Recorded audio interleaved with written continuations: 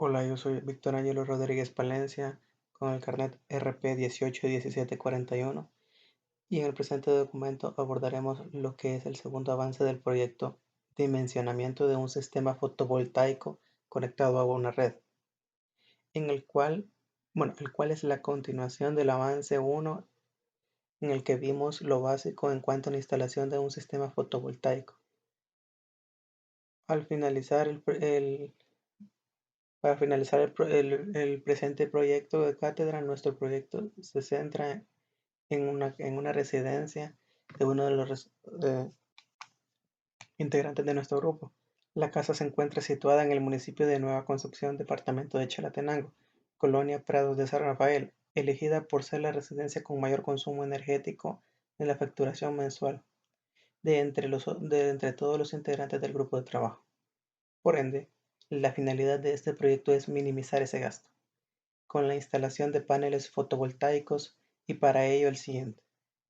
El estudio que se llevará a cabo es identificar y calcular el área de la vivienda para proceder a calcular la cantidad de paneles solares necesarios para reducir el gasto de energía y que se consume en la vivienda. Objetivos.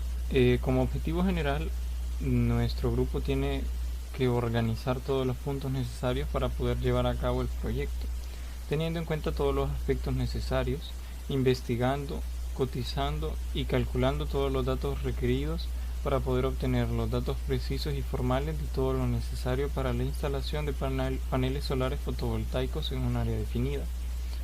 Como objetivos específicos tenemos calcular cuántos paneles solares se necesitan para la generación de la energía exigida en el hogar y realizar un cuadro de cargas sobre lo consumido en el hogar en el que se planea ejecutar el proyecto. Tenga muy buen día, ingeniero. Mi nombre es Luis Castellanos y le voy a hablar acerca del dimensionamiento del generador y también acerca de la estimación del número de paneles. Eh, Para este proyecto planeamos utilizar paneles solares monocristalinos. Dadas las características que tienen para el trabajo que vamos a realizar, nos parece que es uno de los más acertados. Y lo escogimos también porque en base a lo que nos brinda, nos ofrece un precio que pues está bastante bien posicionado en el mercado. El modelo de panel que vamos a usar es el 290W-290 IPR, que cuenta con la eficiencia del 17.7, su potencia nominal es de 290 watts, el voltaje óptimo de operación es de 31.8 voltios y cuenta con un peso de 18.2 kilogramos. Tenemos que pues estimar cuánta generación nos puede proporcionar este panel y en base al área del tejado que tenemos y a la tecnología que usa el panel, tenemos una potencia aproximada de 13.6 kilowatts. También necesitamos encontrar el área del módulo para saber la generación máxima. Esto al final lo terminamos obteniendo y nos da que el área del módulo es de 2.47 metros cuadrados. También tenemos que pues buscar en cuántos metros cuadrados podemos generar un kilowatt, y esto nos aparece que nos termina dando un resultado de 8.517 metros cuadrados sobre kilowatts. Ahora, sabiendo esto, nosotros sabemos que la potencia de un kilowatt se puede obtener en 8.517 metros cuadrados. Luego, con esto podemos calcular la generación máxima que se puede generar dentro de los 102 metros cuadrados, que son pues el área de nuestro tejado, y nos da como potencia aproximada 11.976 kilowatts.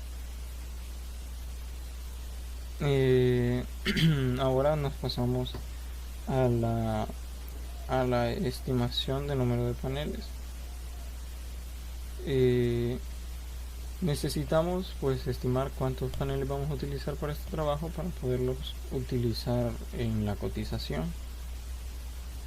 Y pues vamos a utilizar para la fórmula la potencia total entre la potencia del módulo para poder obtener el número de paneles, y nos da como resultado que necesitamos 41 paneles para realizar el trabajo y la generación que se necesita.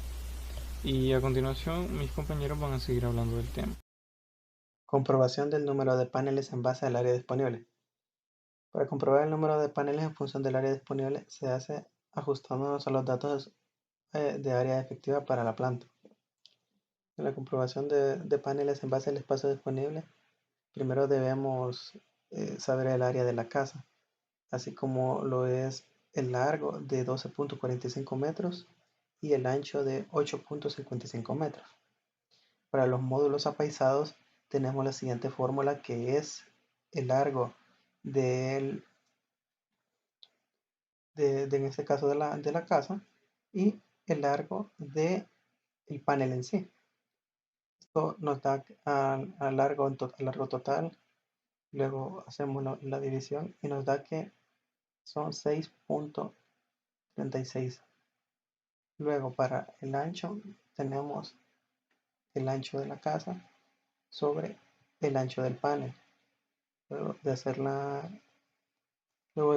división, nos da que es 8.63, teniendo así el n módulo de largo por ancho de 6.36 por 8.63 igual a 54.88 módulos, aproximadamente 54 módulos. Los módulos verticales, al igual que en los módulos apaisados, tenemos la siguiente fórmula, que es el largo del terreno de la casa por el ancho de los paneles. Nos da la siguiente división, que es 12.45 por 0.990, que da 12.57. De igual manera tenemos el ancho de la casa sobre el largo del panel, que nos da 8.55 sobre 1.956, que es 4.37. Para el n módulo tenemos L por H, que sería 12.57 por 4.37, dándonos un resultado de 54.93, aproximadamente 54. Cálculo de las tensiones del módulo por temperatura. Los coeficientes de temperatura extraídos del datasheet para el panel seleccionado son los siguientes. Aquí se detalla de mejor manera la temperatura que puede soportar: máxima temperatura, mínima temperatura, temperatura de coeficiente de Vogt, que es menos 30% grados Celsius, temperatura de coeficiente de corriente SC, la temperatura de coeficiente del Pmax y la máxima temperatura del sistema de voltaje, 29.56 voltios, máximo series fuse current 7.21. Según el Ministerio de Medio Ambiente y Recursos Naturales, por el medio climático, el departamento de Chalatenango tiene una temperatura de 35 grados centígrados como máxima y una temperatura de 17 grados centígrados como mínimo. Con lo cual podemos calcular la temperatura máxima y mínima. Como delta mínimo, 25 centígrados menos 17 centígrados nos da 8 centígrados. Delta máximo, 25 centígrados menos 35 centígrados nos da menos 10 Celsius. Y así podemos calcular las temperaturas mínimas y la temperatura máxima. Como temperatura máxima tenemos 18 grados centígrados igual a 290 watts más 8 centígrados por 0.38% sobre Celsius. Todo esto sobre 100, que nos daría 298.96 watts. En el voltaje tenemos 18 grados centígrados, que sería igual a 36.74 voltios más 8 grados centígrados por menos el 30% de la temperatura sobre 100. Esto nos devolvería 36.31 voltios. Luego la corriente SC nos da que es 18 grados centígrados igual a 7.61 amperios más 8 grados centígrados por menos el 0.06% de grados Celsius sobre 100, nos daría un total de 7.60 amperios. Como la temperatura máxima tenemos 35 grados centígrados, que sería igual a 290 watts más menos 10 centígrados por menos el 0.38% de grados centígrados o de la temperatura. Esto nos devolvería 293.8 watts. Luego tenemos que el voltaje sería de 35 grados centígrados igual a 36.34 voltios más menos 10 grados centígrados. Todo esto por menos el 0.30% de la temperatura en grados centígrados, que nos devolvería 39.34 voltios.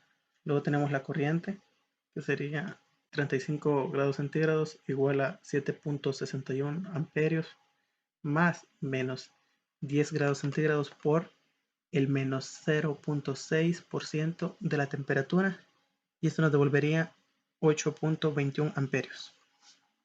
Ingeniero Antonio Ortiz Luna. Mi nombre es Edwin Daniel García Segura y yo le estaré explicando lo que es la continuación de nuestro proyecto de cátedra con la selección del inversor. Al ser una producción de menos de 5.000 watts picos, se puede seleccionar un inversor monofásico. Por lo tanto, se pretende utilizar una potencia pico de 1.800 watts. Se puede utilizar un inversor de 2.000 watts. Entonces se selecciona un inversor monofásico de 2.000 watts, 120 voltios, modelo B+, de 2.000 watts, tipo 24120, que cuenta con las siguientes especificaciones. Acá se muestra una tabla donde están las especificaciones del inversor, como es el voltaje 110-120, la frecuencia, la máxima corriente, la potencia, eficiencia, etcétera, entre otros datos. El ajuste de cadenas y módulos del inversor. El número de cadenas se logran dividiendo la cantidad de paneles provisionales entre un número par para que permita tener un número entero y par. El número de paneles provisionales se toma de aquel que surgió por las dimensiones de área efectiva y no por la surgida por la tecnología. Tenemos la variante A, que sería el número de cadenas menos la cadena, igual a 54, que es un dato del número provisional de módulos que está calculado en la parte de más arriba, que mi compañero explicó, sobre los 9 módulos que hemos propuesto. Entonces nos da 6 cadenas de 9 módulos en serie. Para la variante B sería lo mismo, los 54 módulos del número provisional de módulos sobre el 6, que esto sería 9 cadenas. Entonces, en formato vertical se proponen como opción A 6 cadenas, 9 módulos en serie, opción B 9 cadenas, 6 módulos en serie. La potencia por cadena será la potencia de la cadena igual al número de módulos por la potencia nominal del módulo. La potencia de la cadena A sería igual al número de módulos 9 por la potencia de nuestro panel, que es de 290 watts. Eso nos da igual a 2610 watts. La potencia de la cadena B, los 6 módulos por 290, nos da 1740 watts. La potencia máxima generada por cada variante. La potencia total de la variante A nos da el número de cadena, que serían 6 por la potencia de 2610 watts, que nos da igual a 15.660 watts. La potencia total de la variante B sería igual a los números de módulos, que serían los 9 por la potencia de la cadena B de 1740 watts. Eso nos da igual a 15.660 watts. El rango de potencia de entrada del inversor. Acá tenemos unos datos tomados del datasheet del inversor, como lo es la máxima potencia, la potencia nominal, límite inferior de tensión, límite superior de tensión, máxima tensión admisible, máxima intensidad admisible.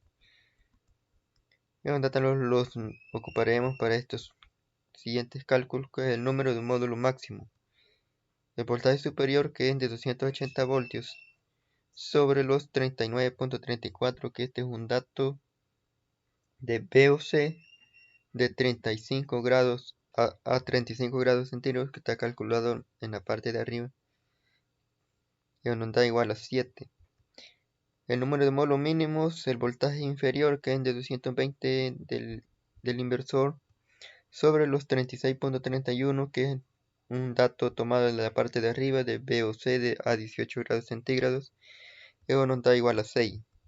Por lo tanto, la máxima cantidad de módulos por tensión sería 7 y la mínima requerida por tensión serían 6. La comprobación de los límites de tensión y circuito de los módulos. Para la variante A tenemos las 6 cadenas, que serían 9 módulos en serie. Por lo tanto, los límites de tensión serían igual a 9, los 9 módulos en serie por los 36.31 voltios, que serían los VOC a 18 grados centígrados, nos da un voltaje de 326.7 voltios, y a un VOC a 35 grados centígrados nos da 354.06 voltios, y el VOC nos da 327.06 voltios. Para la variante B de 9 cadenas, 6 módulos en serie, nos da los 6 módulos en serie por el voltaje VOC a 18 grados centígrados, eso nos da 217.86 voltios, y a 35 grados centígrados de VOC de 39.34 nos da 236.04 voltios, y el VOC por lo tanto nos da 218.04 voltios. La comprobación de potencia de entrada, número de inversores. Para calcular el número de inversores sería igual al número total de paneles o módulos sobre el número total de paneles por subcampo. Entonces el número total de paneles serían 54 sobre el número de módulos en cadena, que es una opción fue de 9, multiplicado por la otra opción, que serían 6. Eso nos da igual a que se utilizaría solo un inversor. La potencia de entrada sería igual al número de módulos por la potencia de la cadena. Serían los 9 módulos en serie por la potencia que nos dio de 1740 watts. Y esto nos da igual a 15.660 watts. La comprobación de la corriente máxima permitible, corriente máxima menos por cadena, sería igual a 8.59 amperios. Entonces, para calcular este dato, la corriente máxima del inversor sería igual a la corriente máxima menos la del módulo por la cadena. Entonces sería los 8.59 amperios por el número de módulos de la cadena, que serían 9. Eso nos da una corriente de 77.31 amperios. Por lo tanto es aceptable porque el inversor no soporta una corriente máxima de 160 amperios. Y esto sería todo de mi parte. Gracias. Bueno, mi nombre es Mauricio Vladimir Sandoval Enríquez. En este caso les voy a explicar un poco acerca del cableado y protección de nuestro segundo avance de proyecto. Para esto tenemos que primero tener en claro cuál es la función de un cableado. La función de un cableado es transportar señales desde dispositivos tanto como emisores, receptores, con un objetivo. ¿Cuál es este objetivo? El objetivo es crear una red dentro del área que nosotros estamos trabajando. Dentro del cableado tenemos una ampacidad máxima, o sea, una corriente de nuestro módulo de 9 amperios, y tenemos a 90 grados centígrados. Y también hemos tomado un cierto porcentaje que es 125, en donde tenemos la corriente del calibre del inversor y tenemos esta fórmula que es un inversor por cadena por el porcentaje que hemos tomado. Sustituyendo, tenemos que el calibre del inversor va a ser 9, el 125 lo pasamos a 1.25 y sustituyendo fórmula nos da un resultado de 14.06 amperios, donde este lo multiplicaremos por la temperatura máxima, que son los 40 grados centígrados, y esto nos da un resultado de una temperatura de trabajo de 0.80. Esto siendo I-mod de que va a ser 14 por nuestra temperatura de trabajo, que son los 0.80, esto nos va a dar un resultado de 11.2 amperios. Para esto nos iremos a tabla para calcular el calibre de nuestro conductor. En este caso hemos seleccionado que se usará un cable calibre número 16 AWG, que va a ser un tipo de conexión en cadena. Para nuestro fusible tenemos un fusible que será, lo sustituimos, que son los 11.2 por los 1.25, que es el porcentaje que hemos tomado, y nos da un resultado de 14, es decir, 20 amperios. Esto sería para nuestro fusible. Ya para nuestro cálculo de cableado, desde el módulo inversor tenemos una ampacidad máxima, va a ser la misma de nuestro módulo, van a ser los 9 por los 90 grados centígrados y nuestro porcentaje, que son los 125, donde la corriente de nuestro calibre tenemos esa fórmula, que es la corriente menos el inversor por la cadena por el porcentaje. Sustituyendo tenemos que son 9 por los 20 por el 1.25 y nos va a dar un resultado de 225. Para esto también nos tenemos que ir a la tabla para seleccionar nuestro cable, y en este caso tenemos un cable calibre número 3 AWG. Esto aplicando las diferentes correcciones que tenemos que tomar muy en cuenta, como lo que son la temperatura. Hacemos aquí lo que tenemos una temperatura de 90 menos 40 grados centígrados, y esto nos da 0.80, ¿verdad? Y tenemos como resultado que que los conductores son 20 en cadena de rango por bandeja de 0.45, por lo tanto cumple, ya que es 110.20 menos que 281. Entonces eso nos da como resultado un calibre número 3 puesta a tierra, que tenemos que son los 225 por 1.25, y sustituyendo esto nos da como resultado 281.25. Eso nos tenemos que ir otra vez a tabla y nos da como resultado que usaremos un cable número 4 AWG. Para el cálculo del cableado del inversor, para la caja principal tenemos una corriente de 200 amperios. Entonces sustituimos los 200 amperios por el porcentaje que tenemos para trabajar, los 1.25. Sustituyendo tenemos que son 250 amperios, que se ocupará un cable número 3 AWG THWN-2. Y esto nos da como resultado que para la puesta tierra de las barras, que son de 250 por el porcentaje de trabajo, que son el resultado de la corriente por 1.25 del porcentaje que tenemos para trabajar, Eso nos da como resultado 312. Nos vamos a buscar el tipo de cable y nos da como resultado que tenemos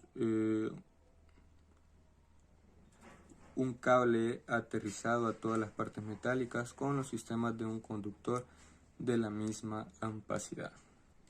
Bueno, esto sería todo por mi parte. Muchas gracias. Bueno, y tenemos lo que es la parte de la selección del medidor. Para esto hemos seleccionado un medidor trifásico marca Hiking, modelo DTS 238-7, que tenemos un voltaje que soporta, que son los 220 voltios. Otro dato muy importante a destacar es que tiene una frecuencia de 60 Hz. Otros datos son que contiene un voltaje desde los 120 hasta los 208 voltios. Tiene una corriente máxima que soporta de 100 amperios, la corriente de arranque que es de 40 y tiene una relación de pulsos de 400 kilovoltios hora. Este medidor contiene lo que es una pantalla analógica de 6 dígitos, contiene una conexión de 3 líneas más neutro y también las dimensiones, lo que son 125 por 68 por 88 milímetros. Y también tenemos que tiene una conexión de cableado directo, pero no es muy necesario, ya que no se resetea y esto lo que nos ayudaría que evita la manipulación del equipo. Es Antonio Carranza y dentro del presupuesto que se tiene para la instalación de nuestra red fotovoltaica, se encuentran equipos tales como son los paneles solares, el inversor de voltaje, los materiales, los cuales son de uso para la instalación, materiales para la puesta a tierra y sobre todo la mano de obra, lo que se cobrará por el trabajo, ¿verdad? Lo cual es un total de 2.750,50 centavos.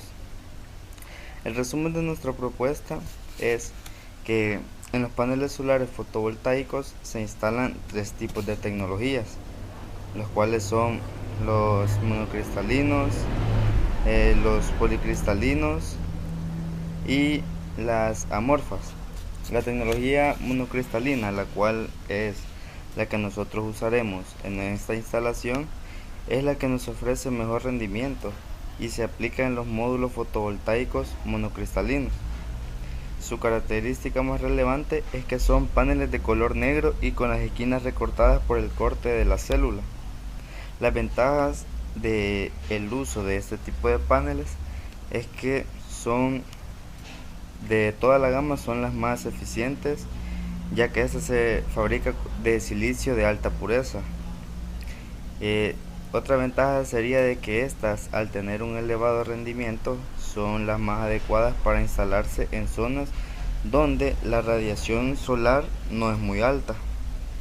Y otra ventaja sería que la vida útil de estas son superior a 25 años. Pues se pretendió la utilización de estos paneles solares monocristalinos debido a sus bajos costos y el aprovechamiento del área para las instalaciones en techos pequeños. Un cálculo estimado de la generación que podría tener esta superficie de esta vivienda sería de 13.6 kilowatts. Y pues en conclusión, como grupo llegamos a la conclusión de que la vivienda presentada puede tener un menor consumo de voltaje si se llega a utilizar este sistema fotovoltaico. La reducción de consumo se logra al usar un módulo tipo 290W-290IPR, que es un módulo solar. Calculamos el área necesaria para poder determinar la cantidad de paneles solares que se necesitarán y también buscamos el dato de cómo satisfacer el 90% a los usuarios de esta vivienda según la norma UPR. Y por lo tanto implementar la energía renovable solar puede ayudar a muchas personas a reducir el gasto de consumo, así como también nos beneficia a reducir los contaminantes que afectan al planeta.